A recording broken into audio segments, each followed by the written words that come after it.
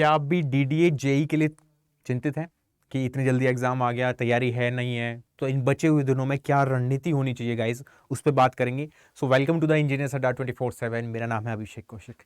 आज बात करेंगे आपके डीडीए के ऊपर, क्योंकि बिकॉज डीडीए का एग्जाम आ गया, तो अभी मतलब कुछ दिन बचे हुए हैं, है ना, लगभग 10-15 दिन। तो उन 10-15 दिन में आप कैसे अच्छी तैयारी कर सकते हो, क्या आप बेहतरीन तैयारी कर सकते हो, उस पर डिस्कशन करेंगे। ठीक है, चलिए स्टार्ट करते हैं। पहले बात कर लेते हैं कि कैसे कैसे आपके एग्जाम में क्या क्या आ रहा है। थोड़ा एग्जाम पैटर्न भी आपको पता चल जाएगा। इसमें एक चीज आपको समझ में आ जानी चाहिए यहाँ से कि एक नॉन टेक्निकल और टेक्निकल पार्ट आ रहा है।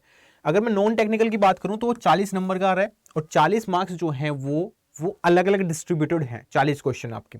ठीक है, जनरल अवेयरनेस है, उसमें रीजनिंग है, क्वांटिटेटिव एप्टीट्यूड या इसको न्यूमेरिकल एबिलिटी भी बोला जा सकता है, और इंग्लिश लैंग्वेज। और ये यहाँ बाइफरकेट नहीं है कि कितने कितने मार्क्स के हैं, बट अगर हम बात भी करें तो 10-10 नंबर के भी अगर मैं मान लेता हूं, अगर ये है, बट ये ना थोड़ा वेरी भी कर सकता है यहाँ पे, क्योंकि मैथ्स क्या पता ज्यादा आ जाए, 12-13 नंबर का आ जाए, रीजनिंग थोड़ी ज्यादा आ जाए, इंग्लिश थोड़ी कम हो जाए, ये बाइफर्केशन हो सकता है ना। इतना आप सटीक रहना, इतना आप दुरुस्त रहना कि हाँ ऐसा हो सकता है, और मेरे लिए कोई इतनी बड़ी बात नहीं है। अगर मैं टेक्निकल पोर्शन की बात करता हूँ कि सिविल, इलेक्ट्रिकल और मैकेनिकल डोमेन में 80 क्वेश्चन आपके आने वाले हैं, 80 मार्क्स के। लेकिन सबसे अच्छी बात क्या है कि 120 मार्क्स, 120 ही क्वेश्चन है ना, एक क्वेश्चन एक नंबर का है। इसमें सबसे बड़ी बात जो होगी वो टाइम मैनेजमेंट की होगी। अगर आपको अभी तक एक भी मॉक टेस्ट नहीं दिया है तो इन बचे 10-15 दिन में सिर्फ मॉक टेस्ट दे दो, बहुत ज्यादा फायदा होने वाला है। मेरी बात ये लिख के ले लो आप। क्यों? क्योंकि जब आप मॉक टेस्ट देते हो तो आप एक्चुअल जो एग्जाम है उसको फील कर लेते हो पहले, क्योंकि मॉक टेस्ट जो होता है या फिर टेस्ट सीरीज जो होती है वो रेप्लिका होती है एक्चुअल एग्जाम का।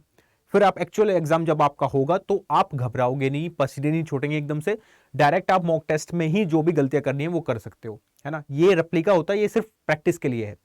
सबसे पहली बात, अगर मॉक टेस्ट नहीं दिए हुए हैं अभी तक, बचे हुए दिन में सिर्फ मॉक टेस्ट देने हैं। ठीक है, थोड़ा सा स्ट्रेटजी वाइज अगर रणनीति की मैं बात करूं तो थोड़ा सा स्मार्टली मूव करना है। कैसे स्मार्टली मूव करेंगे? देखो, आपको पता है कि टाइम लिमिट जो है कंपोजिट टाइम है, मतलब सेपरेट नहीं है कि आप इसको इतना मिनट दोगे, इसको इतना मिनट दोगे, है ना।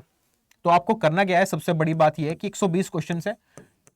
पहली तो बात, एक बड़ी बात यह है कि आपको स्किपिंग वाली आर्ट आनी चाहिए। यहाँ पे स्किपिंग आर्ट क्या होती है कि आपको जो क्वेश्चन है उसको स्किप कर करके देखना पड़ेगा, क्योंकि इतने सारे ऑनलाइन सीबीटी मोड पेपर होने जा रहा है आपका, तो किसी भी क्वेश्चन पे आप अटक नहीं सकते। जैसे सपोज करो आप रीजनिंग है या क्वांटिटेटिव एप्टीट्यूड है, आपने अच्छा पढ़ लिया है, बहुत प्रैक्टिस कर लिया यूट्यूब से, मेरी क्लासेस से, बट आप सोच रहे हो नहीं नहीं जाते ही मैं मैथ्स स्टार्ट कर दूंगा और जो भी होगा उस पर करूंगा। लेकिन कभी कभी ऐसा होता है जो आपने अच्छा तरीके से पढ़ा हुआ है या परसेंटेज जो पढ़ा हुआ है, ऐसा हो सकता है ये काफी डिफिकल्ट क्वेश्चन आ जाए और उसमें फिर प्रॉब्लम में आप फंस जाओ।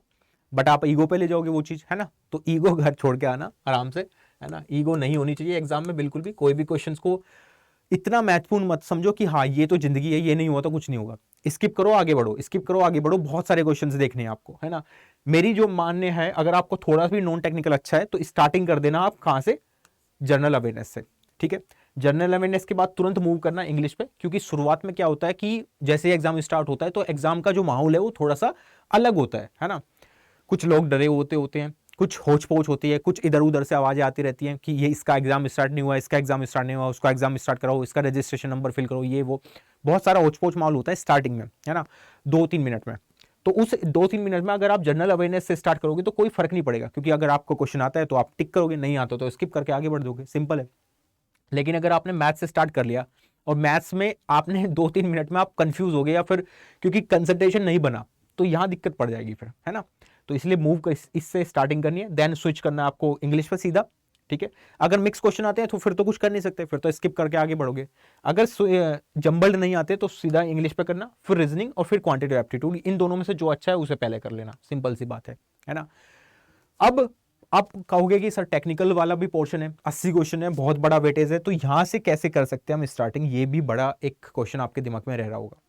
अब देखो, अगर ये वाला पोर्शन हम बात करें 80 नंबर की, या फिर 40 क्वेश्चन जो है यहाँ पे, है ना, ये सॉरी 80 क्वेश्चन होंगे, 40 नहीं होंगे, तब जाके 120 क्वेश्चन बनेंगे। ये 80 क्वेश्चन जो होंगे, 80 मार्क्स जो होंगे, ये बहुत महत्वपूर्ण होंगे आपके।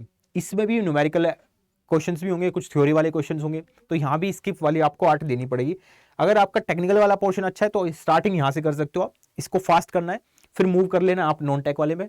अगर नॉन टेक वाला पोर्शन अच्छा है तो नॉन टेक से स्टार्ट करना, ठीक है, फिर आप मूव कर लेना टेक्निकल वाला पे। ये डिपेंड करेगा आपको, आपके ऊपर कि कौन सा पोर्शन आपको अच्छा लगता है या किस में आपको मजा आता है। लेकिन ये सब चीज देखने के लिए आपको मॉक टेस्ट देने पड़ेंगे, है ना। ये जो मैं बात बोल रहा हूं ये एज ए थियोरिटिकल बात हो जाएगी जब तक आप प्रैक्टिकल करके नहीं देखोगे मॉक टेस्ट में। मॉक टेस्ट में ये चीज मतलब एक्सपीरियंस करो आप कि अगर आप नॉन टेक को पहले करते हो और टेक्निकल को बाद में करते हो तो क्या नंबर इंक्रीज हो रहे हैं, या टेक्निकल को पहले कर रहे हो नॉन टेक को बाद में कर रहे हो, क्या डिफरेंस कुछ आ रहा है। अगर आ रहा है तो वेल एंड गुड, जिससे फायदा हो रहा है उसकी तरफ मूव कर जाओ और सीधा एग्जाम में वो रिप्लिकेट कर दो। सिंपल सी बात है ना। कुछ ज्यादा सोचना नहीं होता। और सबसे बड़ी बात कि कॉन्फिडेंस हाई रखना है कि 15 दिन में ना तो बहुत ज्यादा कुछ कर सकते हो आप कि आप कॉन्सेप्ट पढ़ लो पूरा का पूरा खत्म कर दो, टेक्निकल नॉन टेक्निकल नहीं होता, है ना। जो अभी तक पढ़ लिया है उसी पे स्टिक रहो, प्रैक्टिस करो, बस मॉक टेस्ट दो। और मॉक टेस्ट को दिल पे नहीं लगाना अगर नंबर कम भी आ गए, है ना। ये सोचना है क्या पता मॉक टेस्ट भारी हो। मॉक टेस्ट के क्वेश्चंस जो होते हैं वो इसी तरह डिजाइन होते हैं, कुछ difficult easy question mix question होते हैं। तो कोशिश करना है आपको कि मॉक टेस्ट को दिल पे ना लगा के सिंपली आप मूव कर जाओ, मतलब कि हाँ ये प्रैक्टिस के लिए है, और फिर रियल एग्जाम में वहां परफॉर्म करो। इस टाइम जो है सबसे इंपॉर्टेंट बात है कि आपका कॉन्फिडेंस बहुत ऊपर होना चाहिए, है ना।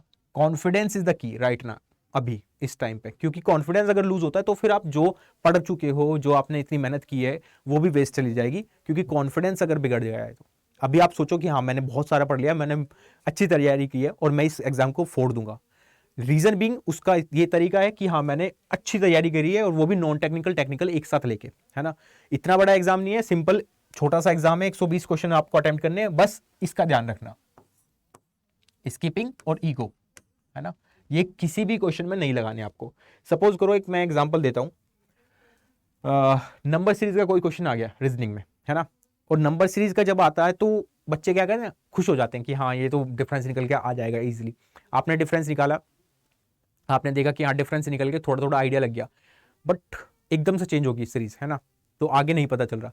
फिर आपने डबल डिफरेंस निकाला, फिर भी नहीं पता चला। अब दिमाग खराब हो जाता है कि ये क्यों नहीं निकल रहा है ना, इसको मैं निकालूंगा।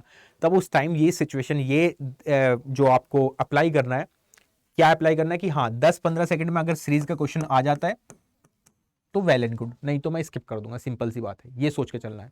हाँ बाद में आऊंगा मैं इस क्वेश्चन पे, क्या पता बाद में नए ताजे दिमाग से, ताजे माइंडसेट से, कुछ स्किल से ये क्वेश्चन सॉल्व हो जाए। और अक्सर ऐसा होता भी है गाइस, यही मैं कह रहा हूँ। स्टार्टिंग में स्किप करते जाना, जो भी बड़ा क्वेश्चन दिखे 3-4 लाइन का स्किप मार देना, पढ़ना भी मत, है ना।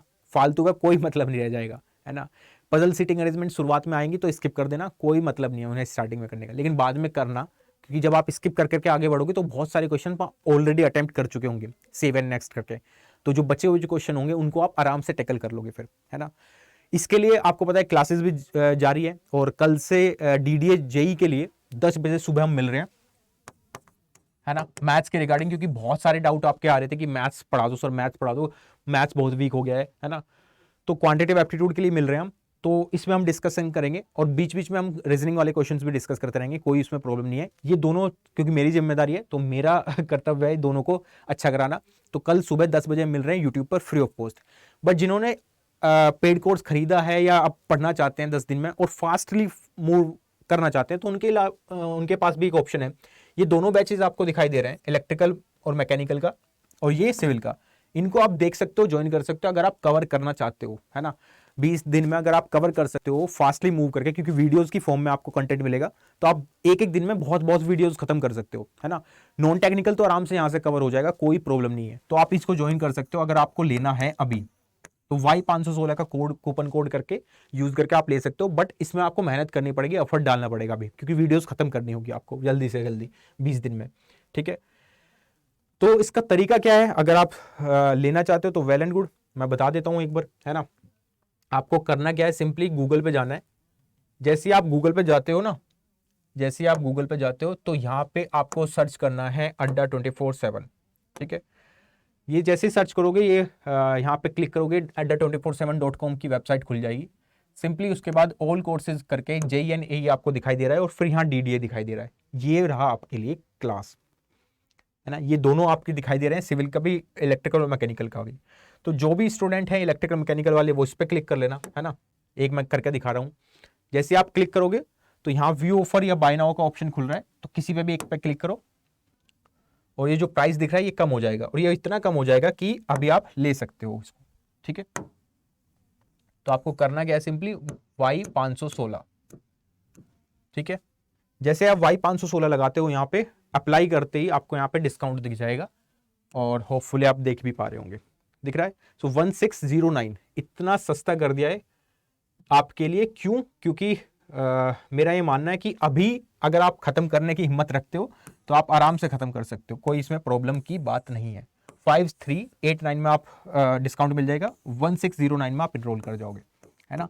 20 दिन में अगर आप हिम्मत मार सकते हो वीडियो कोर्स खत्म करने की तो वेल एंड गुड, आपका स्वागत है इसमें। वरना आप अभी अगर ये ले चुके हो ऑलरेडी तो आप प्रैक्टिस करो, मॉक टेस्ट दो, ठीक है। सिंपल सी बात ये है। और सुबह 10 बजे हम मिल रहे हैं, तो जिसको भी आना है फ्री ऑफ कॉस्ट भी आ सकता है यूट्यूब पर, ठीक है। Thank you so much guys, and इसी तरह लगे रहो, कोई दिक्कत की बात नहीं है। एक ना एक दिन एक ना एक एग्जाम जरूर क्लियर हो जाएगा, ये मैं बात बता रहा हूँ, बस मेहनत करना मत छोड़ना, ठीक है। चलो bye bye, take care, have a nice day guys.